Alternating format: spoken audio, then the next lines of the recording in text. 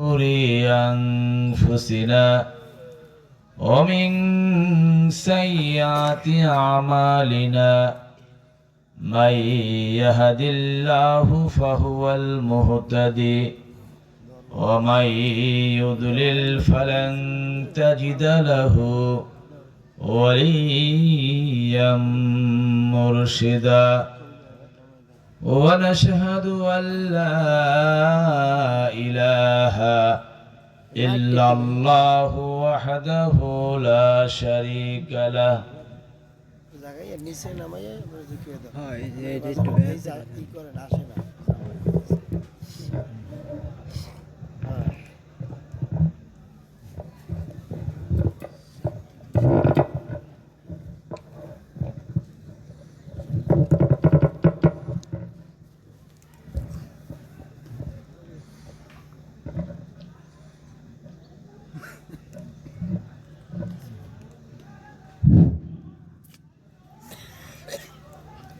ونشهد أن سيدنا وحبيبنا ومولانا محمدا عبده ورسوله الذي أرسله بالحق بشيرا ونذيرا وداعيا إلى الله بإذنه وسراجا منيرا فقد قال الله تعالى في كلامه المجيد والفرقانه الحميد أعوذ بالله من الشيطان الرجيم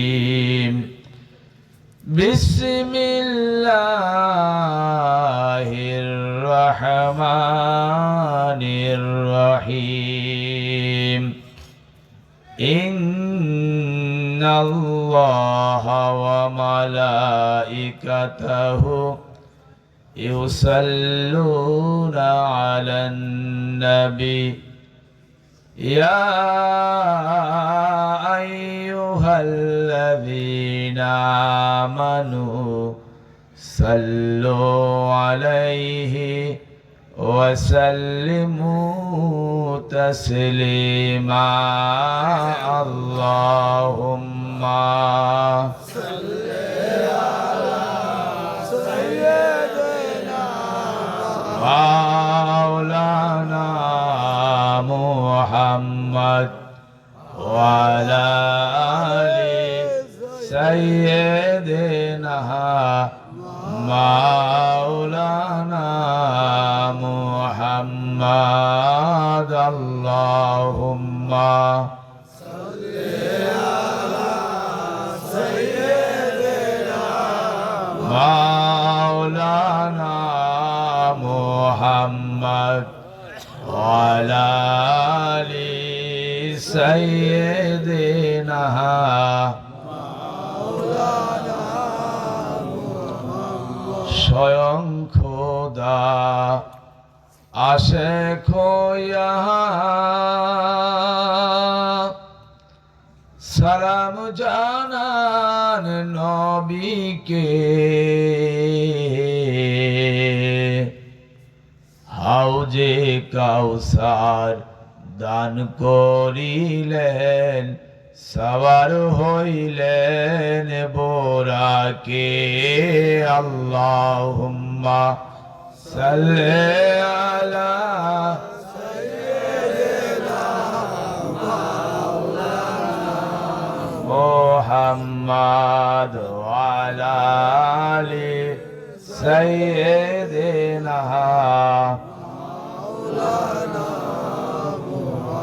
بلغ العلا بكماله كشف الدجى بجماله حسنت جميع خصاله صلوا عليه وآله جہاں روضہ پاک خیر الورا जन्नत नहीं है तो फिर और क्या है। बलगल उला बिकमालिही कशफत दुजा बिजमालिही हसनत जमीओ खिसालिही सल्लु अलैहि व आलिहि।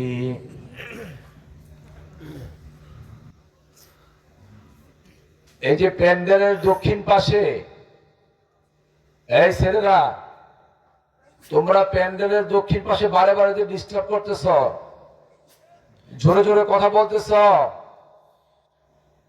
তোমরা ওখানে হইচই না করে প্যান্ডেলের নিচে এসে বসো।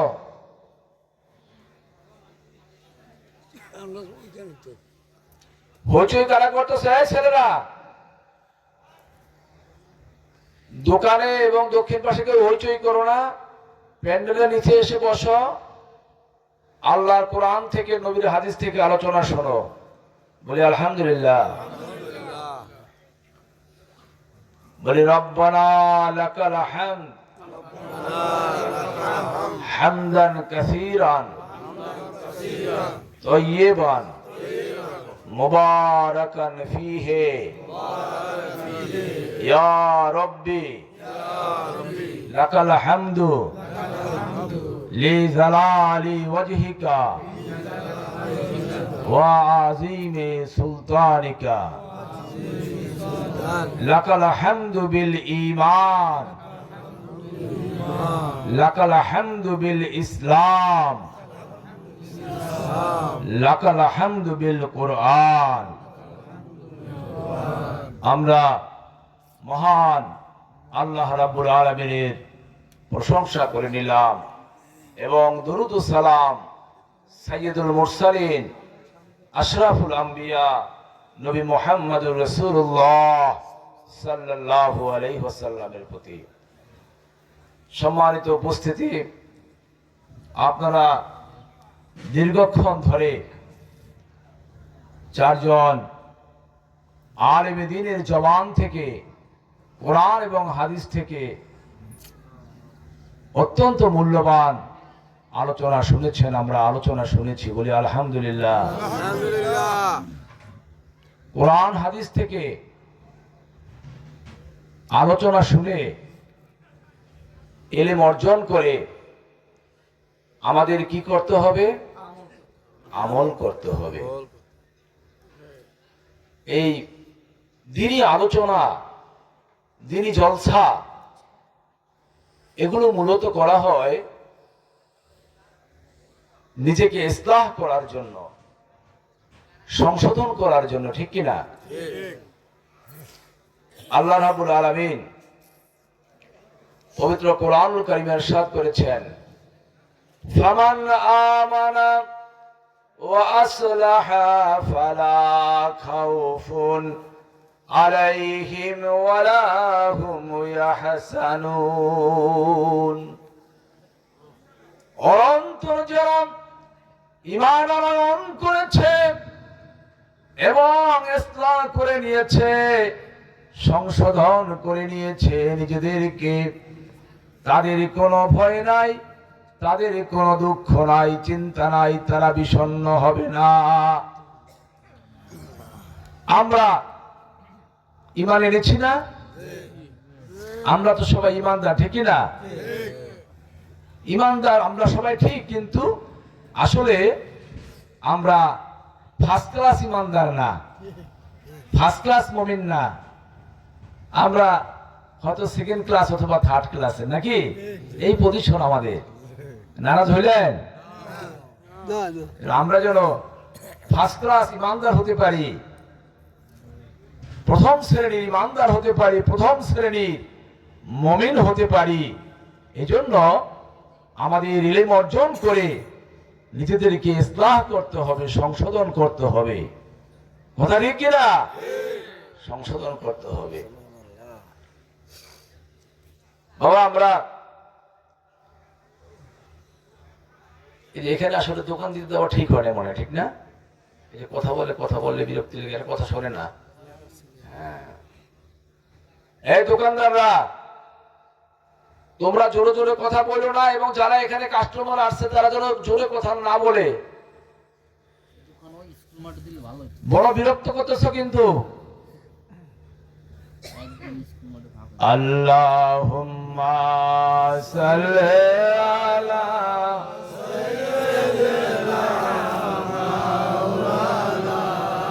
মুহাম্মাদ ওয়া আলা আলি সাইয়্যিদিনা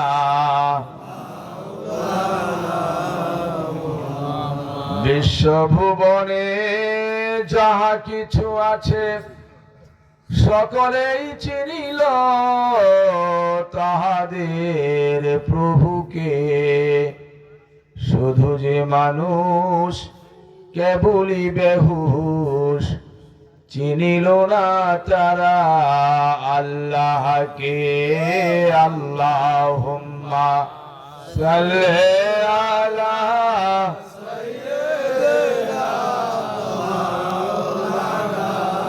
মুহাম্মাদ ওয়া আলা আলি সাইয়্যিদিনা মাওলানা মুহাম্মাদ। আল্লাহুম্মা সাল্লি আলা সাইয়্যিদিনা মাওলানা মুহাম্মাদ ওয়া আলা আলি সাইয়্যিদিনা।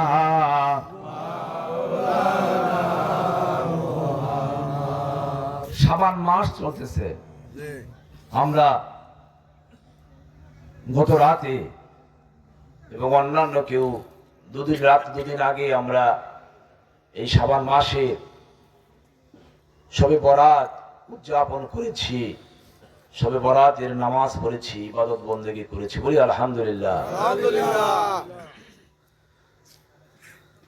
এই রজব এবং শাবান মাস আসলে আল্লাহর নবী একটি দোয়া খুব গুরুত্ব সহকারে পাঠ করতেন, এটা আমরা অনেকেই জানি। সে দোয়াটি হচ্ছে কি? দোয়াটি হচ্ছে আল্লাহুম্মা বারিক লানা ফি রজব ওয়া শাবান ওয়া বাল্লিগনা রমাদান। হে আল্লাহ, আপনি আমাদেরকে রজব এবং শাবানের বরকত দান করুন, কল্যাণ দান করুন। রজব এবং শাবানকে আমাদের জন্য বরকতময় করে দিন, কল্যাণময় করে দিন, আর রমজান পর্যন্ত আমাদেরকে পৌঁছে দিন, অর্থাৎ রমজান পর্যন্ত আমাদের হায়াতকে দারাজ করে দিন।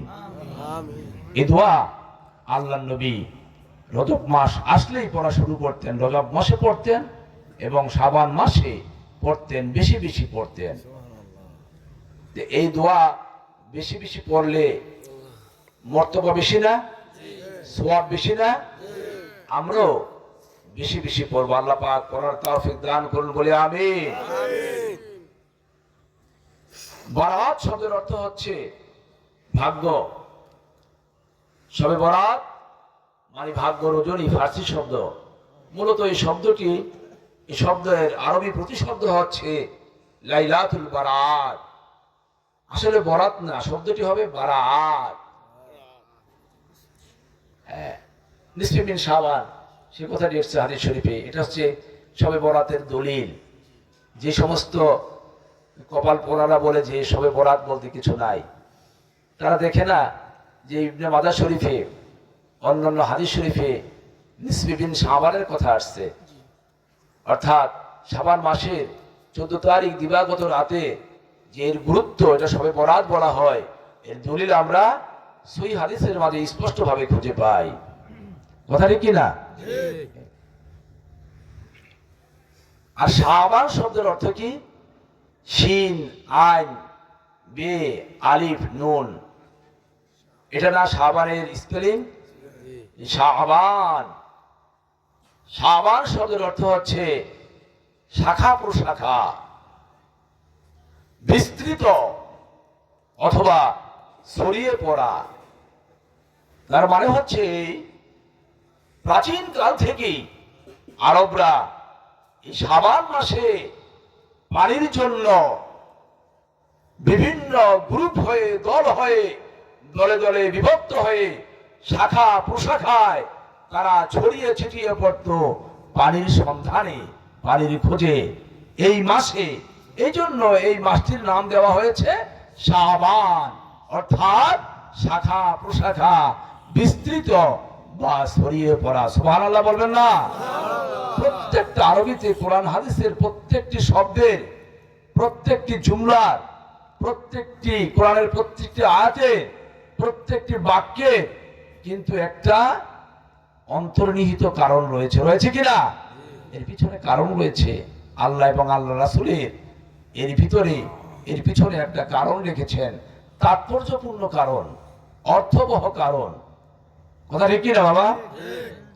সুতরাং আমরা বুঝে বুঝে আমল করব এবং আমরাও বিভিন্ন গ্রুপে, বিভিন্ন দলে দলে এই শবে বরাতের রাতে আমরা বিভিন্ন মসজিদে গিয়ে নামাজ পড়ি। শবে বরাতের নামাজের নিয়ম কি? কিছুক্ষণ এই মসজিদে নামাজ পড়লাম, আবার পাশে মসজিদ আছে সেখানে গিয়ে কিছুক্ষণ নামাজ পড়ি, কোরআন তিলাওয়াত করি। আবার আরেকটু দূরে মসজিদ আছে সেখানে গিয়ে কিছুক্ষণ নামাজ পড়ি, কোরআন তিলাওয়াত করি, জিকির ফিকির করি। সাধারণত সুফিয়ায়ে কেরাম এই নিয়মেই কিন্তু শবে বরাতে ইবাদত বন্দেগী করতে। বলি আলহামদুলিল্লাহ। এখন তো আমরা টেরি মৌলবী সাহেব হয়ে গেছি। এখন বলি যে শবে বরাত লাগে না, শবে বরাত নাই, শবে মেরাজ নাই, মিলাদুন নবী নাই, নবীর মিলাদের মধ্যে কিয়াম নাই, উসিলা নাই, পীর নাই, মুর্শিদ নাই, নবীর বেশি সম্মান করা যাবে না, নবীর বেশি সম্মান করলে শিরক হবে। বলে কিনা? বলে কিনা? এরা কি হক পথে আছে না বাতিল পথে আছে? এরা কি মুমিন না ফাসিক? ফাসিক। এই ফাসিকদের কথা কখনো শুনবেন না। ওই যে আব্দুর রাজ্জাক বিন ইউসুফের, এই আব্দুর রাজ্জাক বিন ইউসুফ এটা রামাজহাবিদের নেতা, উত্তরবঙ্গে, বাংলাদেশের উত্তরবঙ্গে বাড়ি, একটু মোটা সোটা, খাইয়া ঠাইয়া তাজা তাজা হয়েছে।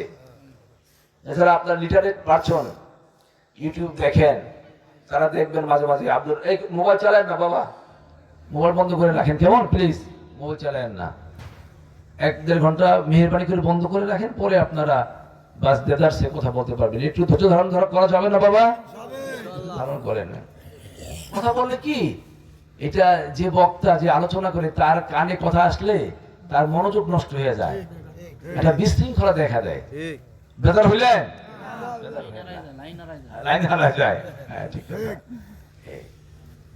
আব্দুর রাজ্জাক বিন ইউসুফ এটা এলো কাট্টা একটা ওহাবি। ওহাবি মানে এজিদপন্থী। ওহাবি মানে কি? এজিদপন্থী, এজিদের অনুসারী। এই আব্দুর রাজ্জাক বিন এ কাট্টা ওহাবি। মিলাদ মানে না, কিয়াম মানে না, মাজার মানে না, শবে বরাত মানে না, মিলাদুন নবী মানে না, বলে শুধু নাই নাই নাই নাই, কিছুই নাই। ওরা নাইর পক্ষে, আর আমরা কিসের পক্ষে? আমরা কিসের পক্ষে? আসের পক্ষে। ওরা মানে না, আমরা মানি। না মানা ভালো না, মানা ভালো। মানতে হবে, মানার মধ্যেই শান্তি, মানার মধ্যেই মুক্তি।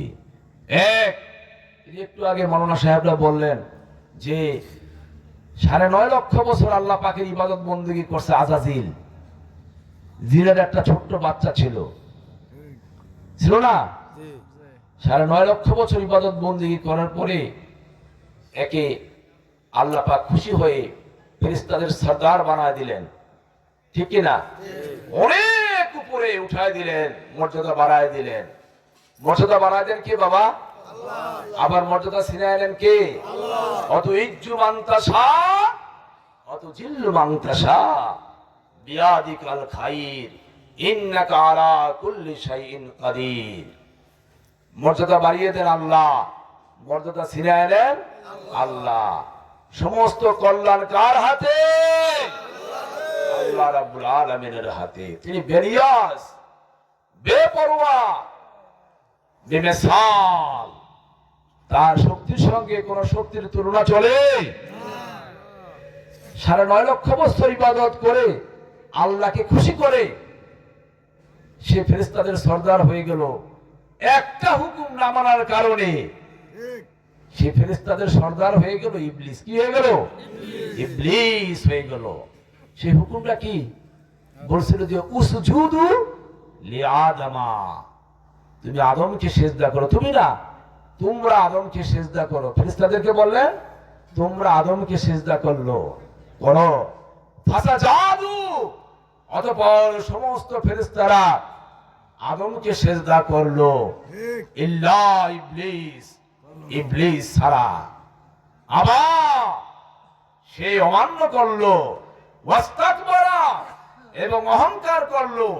এজন্য ওয়াকানা মিনাল কাফিরিন, সে কাফের হয়ে গেল। নাউজুবিল্লাহ বলবেন না? আল্লাহ বললেন যে তুই আমার হুকুম মানলি না।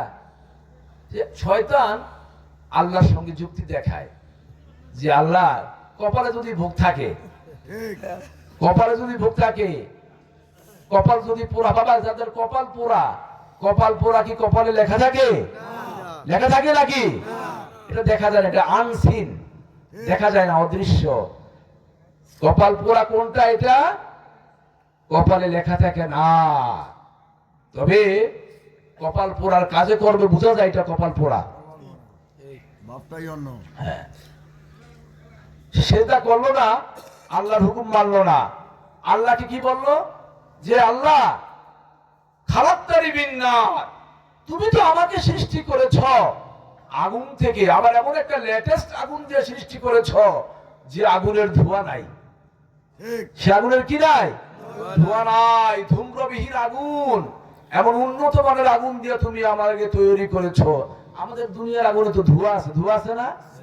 আর ওই শয়তান রে, জিন রে, যে আগুনটা তৈরি করছে ওই আগুনের ধোঁয়া নাই।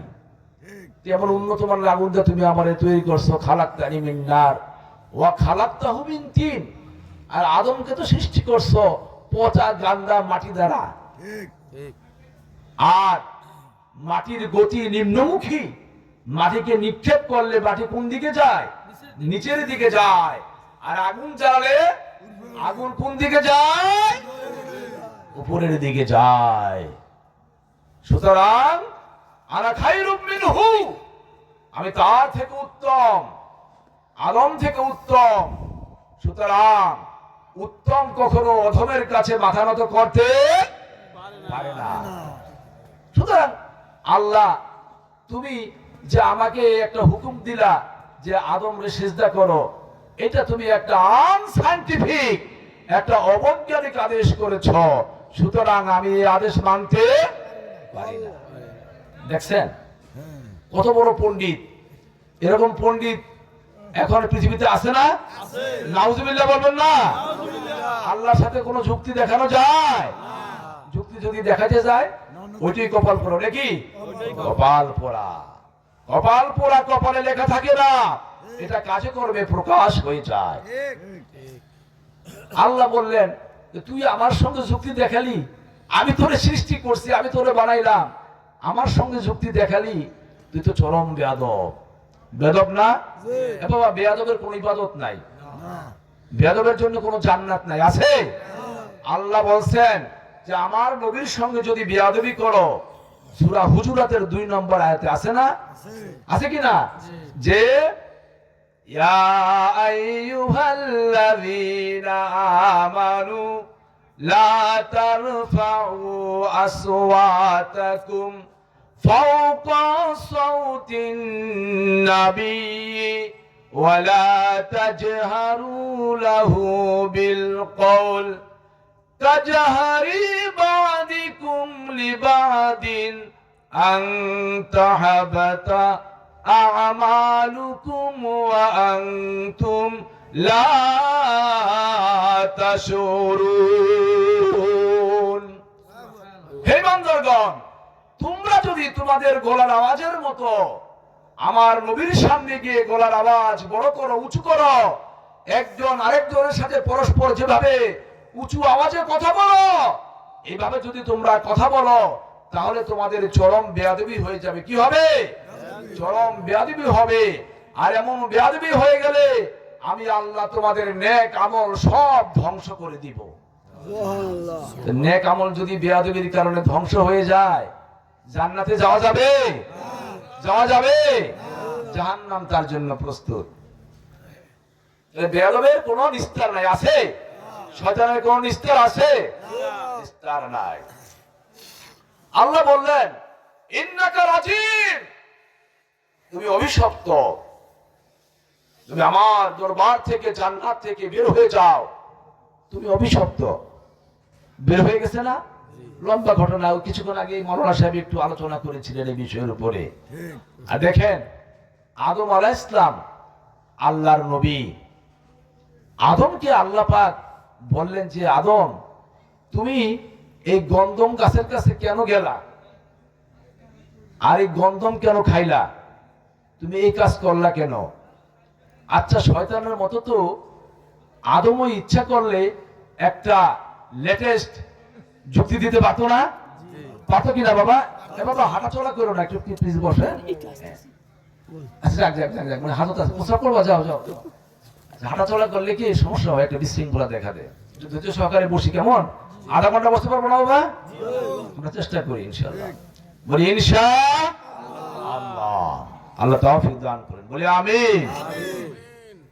আদম আলাইহিস সালামও আপনার একটা যুক্তি দিতে পারতো, একটা লজিক দেখাতে পারতো যে আল্লাহ তুমি আমারে বানাইছো, আবার একটা গন্ধম গাছও বানাইছো, আবার গন্ধম গাছে সুন্দর ফল দিছ, আমার ভিতরে আবার লোভ দিয়ে দিছ, আবার শয়তানেরে আমার পিছনে লাগাইছ, আমার আবার বলে দিছ তুমি গন্ধম খাইও না। তো তুমি আমার এমন একটা বিপদের মধ্যে ফালাইলা কেন? আমি করবো কি বলো? বলতে পারতো কিনা? পারতো না? পারতো। কিন্তু আদম সেই বেয়াদবি করে নাই, সেই যুক্তি দেয় নাই। কারণ আদম জানে আদমের ভিতরে ছিল জ্ঞান। কি ছিল? জ্ঞান। আর শয়তানের মধ্যে জ্ঞান ছিল না, শয়তানের ভিতরে ছিল বুদ্ধি। কি ছিল? জ্ঞান আর বুদ্ধি কি এক বিষয়? জ্ঞান আর বুদ্ধি কি এক জিনিস? এক জিনিস না। সারা কোরআন শরীফ খুঁজে আপনি কোথাও বুদ্ধির কথা পাবেন না।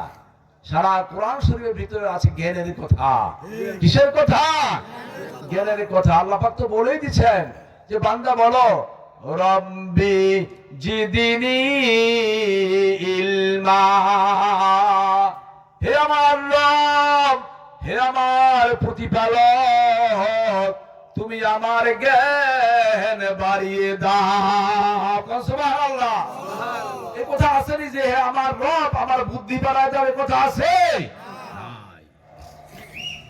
সে বললেন যে আল্লাহ আপনি আমাদের সৃষ্টি করেছেন, আমি খুব দুর্বল মানুষ, আপনার রহমত ছাড়া দয়া ছাড়া আমার কোনো উপায় নাই। সে জ্ঞান দিয়ে বুঝলো যে মহাশক্তিধরের সঙ্গে কখনো আর্গুমেন্ট করা চলে না, বিতর্ক করা যায় না। মহান আল্লাহ রাব্বুল আলামিন প্রচন্ড ক্ষমতার অধিকারী, তার সঙ্গে কখনো আর্গুমেন্ট করা যায় না, তর্ক করা যায় না, বিতর্ক করা যায় না। বিনা আর্গুমেন্টে, বিনা বিতর্কে, বিনা তর্কে তার কাছে মাথা নত করে দিতে হয়। কথা ঠিক কিনা? জ্ঞান দিয়ে বুঝলেন, তাই বললেন। সে সারেন্ডার করলো। কি করলো? সারেন্ডার করলো। শয়তানের মতো বুদ্ধি দিয়ে তর্ক করলো না। সে কি করলো? সে আল্লাহর কাছে মাফ ছিল, বলল রব্বানা যালামনা আনফুসানা ওয়া ইল্লাম তাগফির লানা ওয়া তারহামনা লানাকুনান্না মিনাল খাসিরিন। পারেন না? তাহলে পুরুষের মতো গলা ছেড়ে দিয়ে বলেন আমার সাথে, রব্বানা যালামনা আনফুসানা ওয়া ইল্লাম তাগফির লানা ওয়া তারহামনা লানাকুনান্না মিনাল খাসিরিন। আয় আমার রব, আয় আমার প্রতিপালক, আমি আমার উপরে জুলুম করেছি, নিজের উপরে জুলুম করেছি, অত্যাচার করেছি, বুঝি নাই, বুঝতে পারি নাই, ভুল যেহেতু করে ফেলেছি, সুতরাং আমাকে ক্ষমা করতে হবে। কি করতে হবে? আমাকে ক্ষমা করতে হবে। শুধু ক্ষমা করলেই চলবে না, ওয়াতারহামনা, আমাকে করুণাও করতে হবে, আমাকে দয়া করতে হবে। যদি করুণা না করো, ক্ষমা করে করুণা না করো, দয়া না করো, তাহলে আমি ক্ষতিগ্রস্ত হয়ে যাব। সারেন্ডার করলো, কি করলো? সারেন্ডার করলো, আত্মসমর্পণ করলো। 307 বছর এই প্রার্থনা করার পরে প্রার্থনা চলতে লাগলো, আল্লাহ কবুল করেন না।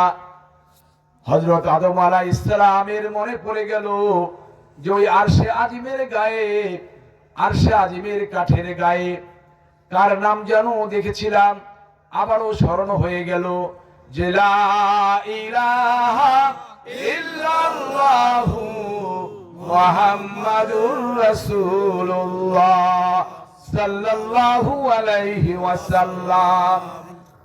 এবার আদম নবী বললেন, আয় আল্লাহ, এত যুগের পর যুগ, শতাব্দীর পর শতাব্দী আপনার দরবারে কান্নাকাটি করছি, রোনাজারি করছি, আর্তনাদ করছি, হাজারি করছি, ক্ষমা পাচ্ছি না। আমি তো আপনার সঙ্গে কোনো তর্ক করি নাই, বিতর্ক করি নাই। আপনার ওই আরশে আজিমের গায়ে আপনার যে হাবিবের নাম লেখা আপনি বলেছিলেন, এটা হলো আমার সেই হাবিব, যার উসিলায়, যার মাধ্যমে আমার নূর দিয়ে ওই হাবিবকে তৈরি করেছি, আর হাবিবের নূর দিয়ে কুল কায়নাত তৈরি করেছি। উনি হলেন সাইয়্যিদুল মুরসালিন, সমস্ত রাসূলদের সরদার, সমস্ত নবীদের সরদার, সমস্ত নবীদের নবী, সমস্ত রাসূলদের রাসূল। আমার এখন মনে করে পড়ে গেছে আপনার সেই হাবিবের কথা, মুহাম্মদ সাল্লাল্লাহু আলাইহি ওয়াসাল্লামের কথা। আপনার সেই হাবিবের উসিলায়, সেই হাবিবের খাতিরে আমার গুনাহ আপনি maaf করে দেন, আমার অপরাধ maaf করে দেন। মহান আল্লাহ রাব্বুল আলামিন আদম আলাইহিস সালামের এই ফরিয়াদের কারণে, সারেন্ডার করার কারণে, আত্মসমর্পণ করার কারণে, নিজের ভুল বুঝার কারণে আমার নবী, আপনার নবী, দয়ার নবী, মায়ার নবী, নবী মুহাম্মদুর রাসূলুল্লাহ সাল্লাল্লাহু আলাইহি ওয়াসাল্লামের খাতিরে maaf পেয়ে গেলেন, maaf করলেন, দয়াও করলেন। সুবহানাল্লাহ, সুবহানাল্লাহ। তাহলে এই যে বলে যে উসিলা লাগে না, লামাযহাবীরা উসিলা বলে যে উসিলা লাগে না, পীর লাগে না, মুর্শিদ লাগে না, তাহলে আমাদের যে আদি পিতা আদম সুফিউল্লাহ, উনি তো উসিলার মাধ্যমে আল্লাহর পক্ষ থেকে মাপ পেলেন, ঠিক কিনা? মাপ পেয়েছেন কিনা? তাহলে উসিলার দলিল আছে কিনা বাবা? কোরআনে, হাদিসে দলিল আছে কিনা?